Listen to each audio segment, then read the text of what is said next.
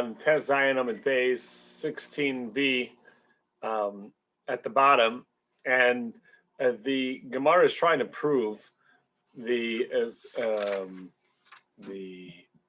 opinions of the Mishnah and Talmud being Rabbi Tzvi ben Yaakov, and to do that, the Mishnah said that we see that from the fact that the Mishnah said that the front wall on the eastern side of the Temple Mount of the Har HaBayis, the Mizrach wall was low, and the reason for that must have been because the Kohen who was on Mount Olives on Har HaZeisim, that's where they would make the Parah Aduma, they prepare the Parah Aduma, and the mitzvah was that he would have to spritz facing the Beis HaMikdash, and he would not be able to see the opening of the Beis HaMikdash itself because the doorways, which were 20 feet, 20 amma high, which would be about 30 feet, okay? So 20 amma high would, according to the opinion of the Chachamim,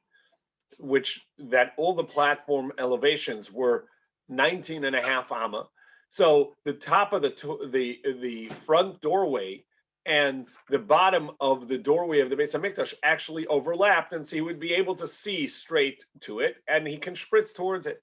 However, according to Rabbi Tzvi ben Yaakov, that it was actually 20 and a half amma, meaning more than the 20 amma of the doorway itself was the elevation of all the platforms to get to the Beis HaMikdash door itself.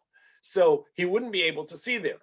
And therefore, he would have to see above the wall and above the door. And so the front wall was low. And that's proof that the opinions are unattributed, Mishnayos, in Maseches Midos, which talks about the measurements of the Beis HaMikdash, are the opinions of Rabbi Eliezer ben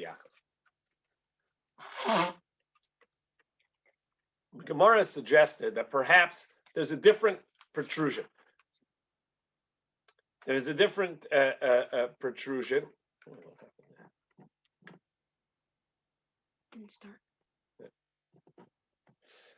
Perhaps there's a different blockage of the doorway. Maybe the opinion is Rabbi Yehuda, whose opinion is that the altar, the Mizbeach, was in the midst of the room, directly blocking the doorway. And since it was directly blocking the doorway and the height of the Mizbeach itself being 9 amos, that was sufficient to block the doorway. And the Gemara says, no, the Mishnah and Midas cannot be the opinion of Rabbi Yehuda, because it delineates the calculation of the where everything was in the courtyard, in the Azara. And when it does so, it does not. It doesn't put the Mizbeach in the center of the room, like Rabbi Yehuda said, but rather its calculation is different. And the calculation, which we saw in the Brisa yesterday, we'll just run through quickly. It says that the Kevesh being 30 and the Mizbeach being 32. So the ramp and the altar, the Kevesh and the Mizbeach, would be a total of 62 amma. Between the Kevesh and the rings, which were on the slaughter floor, in order to hold the animals down, another 8 ammas. So we're at 70 ammas. We have the rings themselves being 24 ammas of rings, right? So we're at 94 ammas right there. Then it mentions 4 ammas gap, 4 ammas for the tables, which were set up to as platforms, counters, to then take care of the animals after the shechita and prepare them for the going up on the altar on the mizbeach, and 4 ammas of gap. So that's another 12 ammas. So we're at 104. There's the nanasin, which were pillars that had hooks on them, and they would use that to flay, to skin the animals, to take their hides off before the avodah. It does not tell us how much space was designated for that. And then there was an 8 amma gap as well. So that 8 amma would take us 112. And we have a 135. So essentially, there's approximately 25 amma of unattributed space, to which the last line of that Mishnah that we mentioned yesterday, it says the rest, v'hamaisar, and the rest of the space, unattributed, of the 135, bein hakevesh v'lakaisel, was for the space between the wall and the ramp going up to the mizbeach. So there was some space there, and makom ananasim, and a place for the pillars that were there for hanging the animals when removing the hides. So that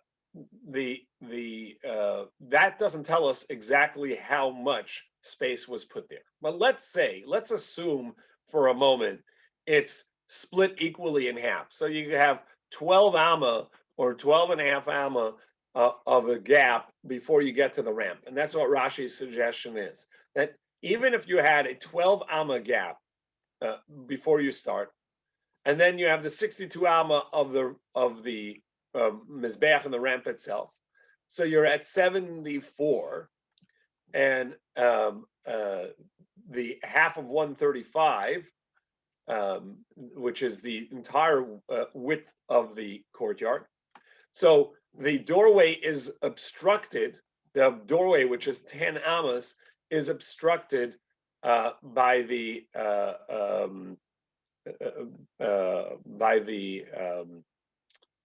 mizbeach itself, and in fact, it's entirely obstructed. So Rashi points out that even though we have 62 amas of the ramp, but you actually have 2 amas less for the upper part of the mizbeach, but you have 2 amas less for the upper part of the mizbeach. And the reason for this is, as we've seen, that the mizbeach is measured by the entirety of its space, including a 1 amma protruding base and a 1 amma ledge that was made for the kohanim to walk around.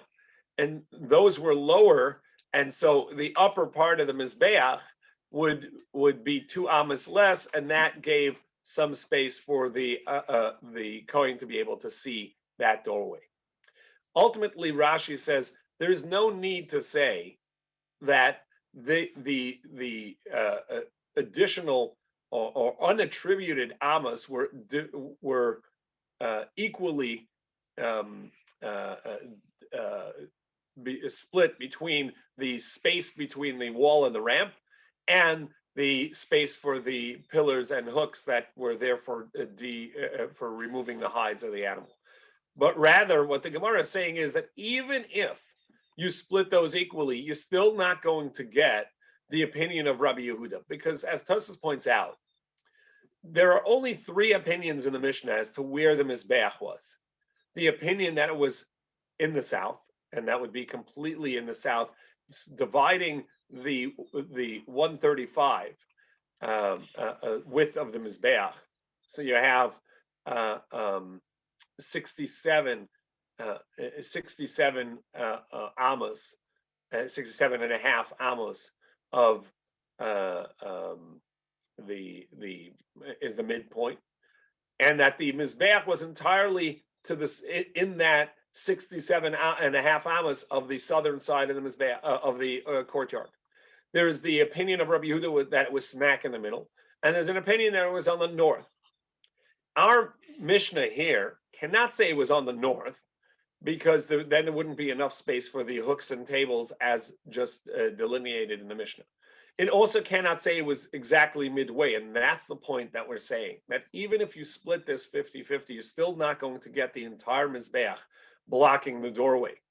Ultimately, as Tosfos points out, we have to say that it's one of the 3 opinions, and so it must be the opinion that the Mizbeach was completely on the southern side of the southern half of the courtyard, which is the opinion of Rabbi Tzvi Yaakov. And as delineated in this Mishnah, you have the 62 amos of the mizbeach, the ramp, and the mizbeach itself, leaving you with 5.5 amos of space of the total of the 25 or so amma that are unattributed in the Mishnah, not delineated where it is. Only 5 of those amos would be at the front of the ramp, between the wall and the southern wall and the ramp to get up there, and in this space here of 5.5 amos, that's what would bring that was the gap, 5.5 amos being about 7 feet. That was the entrance to the ramp, and ultimately that would bring the mizbeach to the midpoint of the courtyard. And since the doorway of the Beis Hamikdash was 10 amos wide, that would leave a full 5 or 5.5 amma gap of where the mizbeach is not blocking the door, and the kohen on the next hill on Mount Olives would be on Har HaZeisa would be able to spritz facing that door and see it, if not for the wall blocking it. And that's why Tzvi Yaakov needed the wall to be lowest, and to be the front wall to be lower. And that's what the Gemara is proving from this Mishnah, from the fact that the Mishnah says that delineates all the space in the courtyard, the mizbeach being on the southern side. Therefore, we cannot say the opinion is Rabbi Yehuda, who says the mizbeach is in the middle, and that's what was blocking the door. Rather, the mizbeach is on the south side, and what would have blocked the door was the wall, and therefore Rabbi Tzvi Yaakov required the wall to be lower, and that's proof that Rabbi Tzvi Yaakov is the opinion of the Mishnayos in Midos. So we're 4 lines, 3 lines from the bottom of Tez Zayin Amid Beis 16b. V'isalka daitach Midos Rabbi Yehuda. And if you think to say that the opinion of the Mishnayos and Midos is the opinion of Rabbi Yehuda, in this count of the delineation or the placement of all of the parts of the courtyard, the mizbeach is in the southern side, and it wouldn't fit in the center based on all the things we said. Ruba the mizbeach b'darim, because the way we have it, the majority of the mizbeach is in the southern side. Therefore, we have to. Therefore, we have to say, and now on 17a at the top, Elulav Shmamina Rabbi Tzvi Yaakov. Therefore, we have to say that the Mishnayos and Midos are indeed the opinion of Rabbi Tzvi Yaakov when unattributed. Shmamina, so that explains it, and that answers our original question. Our original question was that the Mishnah in Talmud gives us the 4 chambers off of the fire room, the room that had the fire going, which was called the Beis Hamukad, and it was there to warm up the Kohanim. That room that had chambers coming off of it, and the statement of what were in those rooms in the Mishnayos in Talmud. There it says that the northwestern wall was where the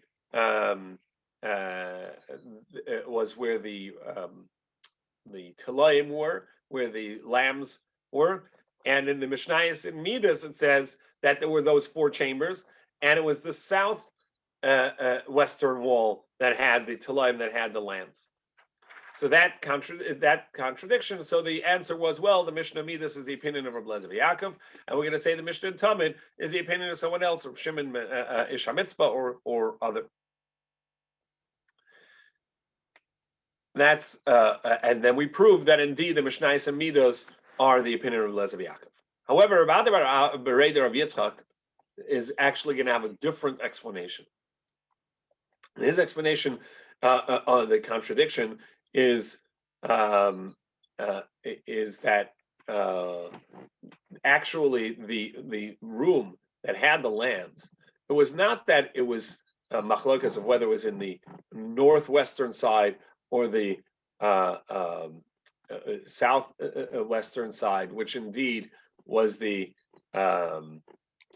which was indeed this machlokas, or rather the opinion that we just saw. But rather, what he's saying is that even though one Mishnah mentions it at the northeast, one Mishnah northwest, one Mishnah mentions it at the southwest, it was actually in the center of the western wall.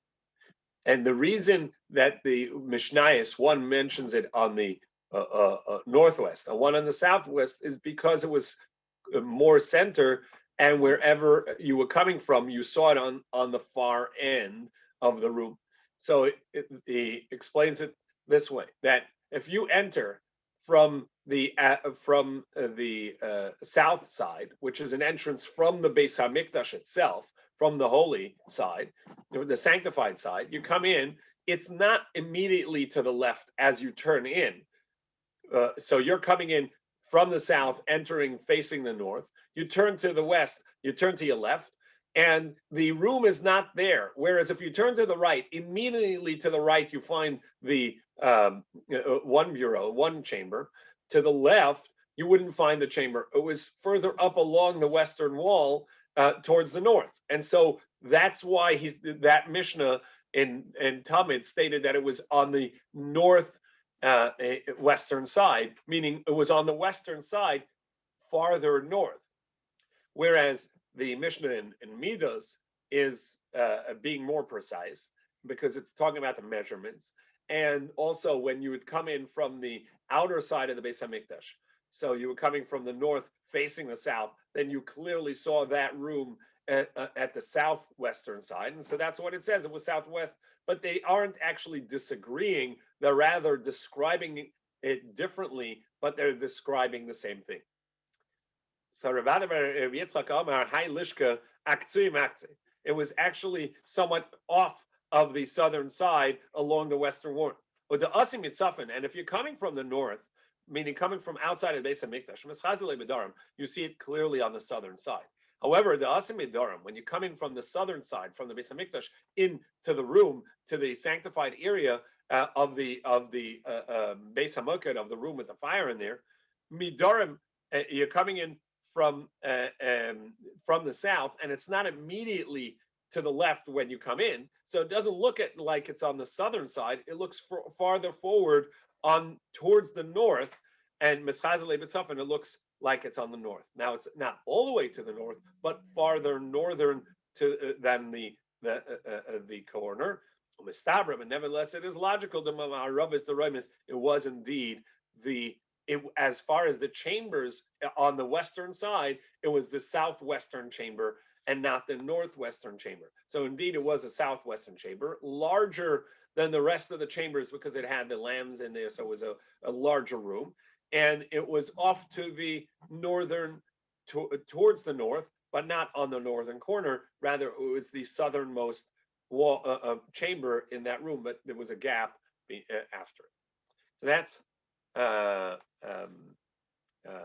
the answer to the contradiction that we had of one Mishnah says that the lambs were to the northwest, and one Mishnah says that it was to the southwest. So the first opinion said, well, it's a machlokas, and the Mishnah in Midos is a opinion of Elazar Yaakov.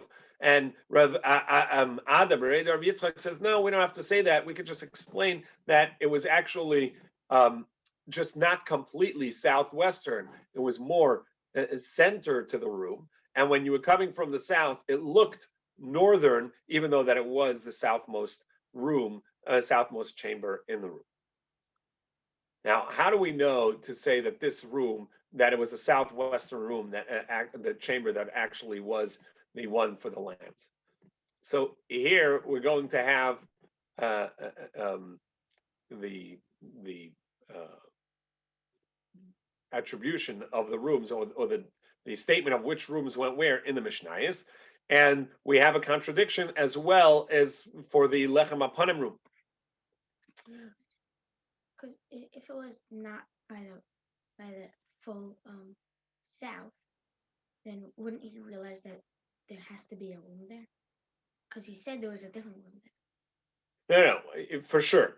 Baruch is asking that if it wasn't all the way south, then there needed to be a room there because there was a room to the southern side of the western wall, and so he would realize that something needed to be there. There was a gap before the room came in. That's what this. If he realized that there were two rooms there, that one had to be the southern room. Yeah, for sure, it was a southern room, but what he was trying to say was that it was set north, north of the Beis Hamikdash. The Beis Hamikdash is a big room, and along its western wall you have two chambers. And the lamb chamber was set off towards the north side of that wall, but not all the way north, because there was another chamber even farther north. But when you're coming from the south and you turn to your left, right, which is the west, and you don't see the room there, it's further up. So you say that, oh, that's northwest. That's what he was saying. But it really was on the southernmost room, but farther north on the west. You say that there was a different room there? There was no other room there. That's what he's saying. It was still the southernmost room. Yes, Michael. If I'm not mistaken, they had like up to 6 lambs in the pen. So obviously it had to be like, somewhat bigger room, but they weren't equal. That's for sure. The 2 rooms there. And I have the impression that the southernmost room was actually the basically served as the entrance to go down to where the mikveh and the Beis HaKisei was. There was a mikveh down in the tunnel and a Beis HaKisei where they would have to go before starting the work in the morning and to get dressed and to get ready.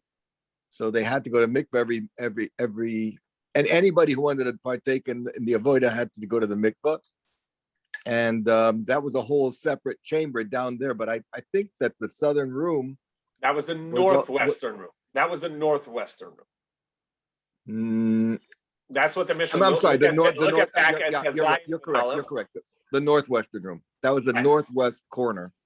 Right. So that was the small room to the northwest of that side. So on the western side, going back to thank you, Daf Chaim, again, going back to these images. So on the western side, on the north, which was the non-sanctified side, being over the Temple Mount area, was a small chamber that didn't have anything in it. It was basically just a stairwell going down to the mikveh, right?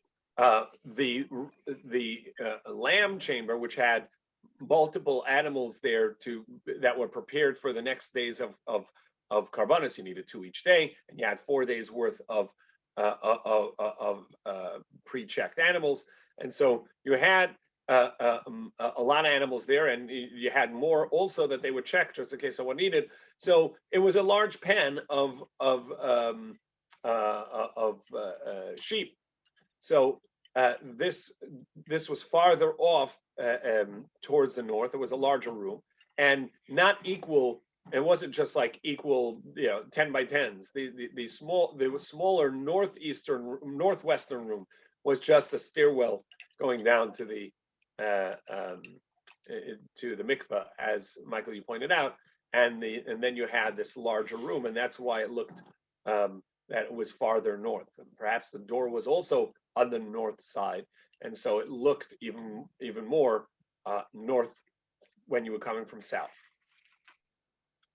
Okay, so we have the 2 Mishnayos. Besides for that, the contradiction in the Mishnayos, where the Mishnah Talmud says that the chamber for the lambs, the lamb pen, was actually in the northwest, right? Which we just said meant really it was southwest but northward.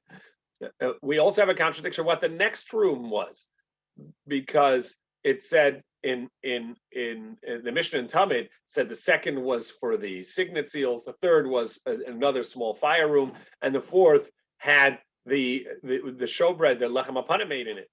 And whereas the Mishnah Midos, it said the first room was a lamb room, which was said the southwest, and then we had the Lechem Apanim, the second room. The third room was for the signet seals, and the fourth was the small Beis Hamoked, the minor fire room. So that's another contradiction, to which the Mishnah says from the very fact that we have that also mistabra. So we said that it's logical that they was on the southwest because that will help us explain the contradiction. And essentially, what we're saying is that the Mishnah and Talmud is working clockwise. The southwestern room, which the Mishnah and Talmud called the northwest room, because it was northward on the western wall, had the lambs in them. And then that Mishnah is going clockwise versus counterclockwise. And so the Mishnah and Talmud, when it said the second room had the signet seals, that's the small room that it has the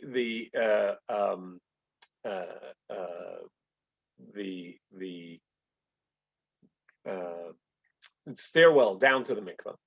That's the northwestern room, and the northeastern room is next because we're going clockwise. Is the small fire chamber, and the where the lechem apanim is made is the southeastern room, and that would coincide with the Mishnah Midos as well, because they're going. The Mishnah Midos is going counterclockwise. So the southwestern room is the lambs, and the next room going counterclockwise is the southeastern room. That's where the lechem apanim is, and that coincides with and concurs with the Mishnah and Talmud. And the next room would be the northeastern room, which would have the signet seals, which is the opposite of what it says in the Mishnah Midos, and the small room that had the door, the stairwell down to the mikveh. That's where the small Beis Hamoked was, small fire, and that would also explain the small fire, because they needed, besides for the warmth you need in the big room, that small room going down to the mikveh also had its own small fire. In any case, that's what the Mishnah here says. Midaraminan, lechem apanim, lechem apanim. Since we have a contradiction on the lechem apanim room and the lechem apanim room in the two Mishnayos, where in the Mishnah Midos it says it is in the second room over, and which would make it in the southeast, and in the Mishnah in Talmud it says it's in the fourth room, which if you were going clockwise, counterclockwise, then it would be the northeastern room. To which the answer is one is counting northward, rightward, and one is heading left, meaning one is going clockwise, which is to the left, and one is going counterclockwise, which is to the right, and therefore the room, the chamber that they would make the lechem apanim is still over the kodesh. It's in the sanctified part of the Beis Hamoked, over the Beis Hamikdash, on the southeastern side of the mizbeach, and they actually concur on that room as well. Yadzayin base. Now the Gemara says, now that would only help us, and it would concur if indeed the lamb chamber, everybody agrees, is on the southwestern side. And then it makes sense, as we just showed on the image, that would help the two rooms of lechem apanim fit if one was clockwise and one was counterclockwise. But if they, besides for disagreeing on the lechem apanim's being the second or the fourth room, it also has a different starting point, where the Mishnah in Talmud, when it says that the lamb chamber was on the northwestern side, it actually meant northwest and not the northern side of the western wall, but it was actually southwest. if that's not what it meant, then have a safe. My terutz lechem apanim. Still, the lechem apanim won't coincide. So the coinciding of the lechem apanim only happens if we indeed can explain the Mishnah, as we did, that the southwestern room was the lamb chamber, and the pen where the animals were, and it was called in the Mishnah and Talmud the northwest because it was northward on the western wall. So indeed, we have to conclude that it was on the southwestern side, but towards the north. Shmamina, indeed, that's a good conclusion. Now the Gemara just asks, why would the Mishnah and Talmud count the Mishnah's clockwise? After all, we said in the Beis Hamikdash, everything we do, we turn to the right, meaning we go counterclockwise because you turn to your right and then turn. So you're going to always be counterclockwise. Why would he enumerate or tell us what each room was clockwise? The Gemara says, all the turnings that you do in the Beis Hamikdash are only to the right, lemizrach. That means you would turn first to the east. And so, coming from the south, if you're counting the southwestern wall room, you would go to the east and count the southeastern wall. The Gemara says, "How do you mean about this?" No, that's only when you're actually doing the avodah, the service in the Beis Hamikdash, and you're moving around the room. You're always going to turn to your right. However, when you're when you're just discussing the Beis Hamikdash, you're just making calculations. There's no need to go to the right first. You can go clockwise, and that would be fine. Here, it's just a calculation, and that's fine. So with this, we conclude the discussion around the structure of the Beis Hamikdash in this go about, and now we're going to go to the next part of the Mishnah that said that the Kohen Gadol has a right to take whichever section he wants and whatever carbon he wants, because he's the leader, and so you can come in and say, "I'd like to do that service. I'd like to do that carbon. I'd like to have that part of the carbon," and that's sufficient. And we're going to see as far which parts of a carbon he's allowed to take and how much of it he can take. So Tana Rabbanan, Ketzad Makriv Chelik Barush. What does it mean that he can do the service of bringing a hakrava, of bringing a carbon, and he has the first go at it? Aimer Oila Zu Ani Makriv. And he can say, "Oh, there's a ola and a scent offering to bring. I'd like to bring that one," and he gets to do it, even though there are kahanim on duty who it would have been their responsibility or their mitzvah to do. He can step in and say, "I'd like to do it." Mincha zu ani makriv, or this mincha is something that I would like to do. What about that he can get any portion of the carbon for himself? Ketzad noitel chelik barosh, that he gets a portion of the carbon. You can say, "Oh, there's a chatas offering that was brought. I'd like the meat from that carbon." Asham zu ani eichel, or another sin offering, asham sin offering. And on Shavuos, we read in this week's parsha that when Shavuos comes of the new wheat harvest, they bring 2 breads, and as opposed to almost all the other minchas, these 2 breads were made chametz, and they don't go on the mizbeach, but rather they are eaten because nothing chametz goes on the mizbeach, and so these 2 chametz breads, the shtei halechem, the 2 breads of Shavuos, would be brought, and normally would be split between the kahanim. He can say, the Kohen Gadol could say, "I'd like one of those breads," and he would get the entire bread. Or arba echamesh mimasi lechem apanim, or 4 or 5 breads from the lechem apanim, and the Gemara is going to explain where this number 4 or 5 comes from. Rabbi says la'olam chamesh. Rabbi says he would always get 5 of the lechem apanim. If he wanted, he would get half, which is, he would get a full 5 of the breads.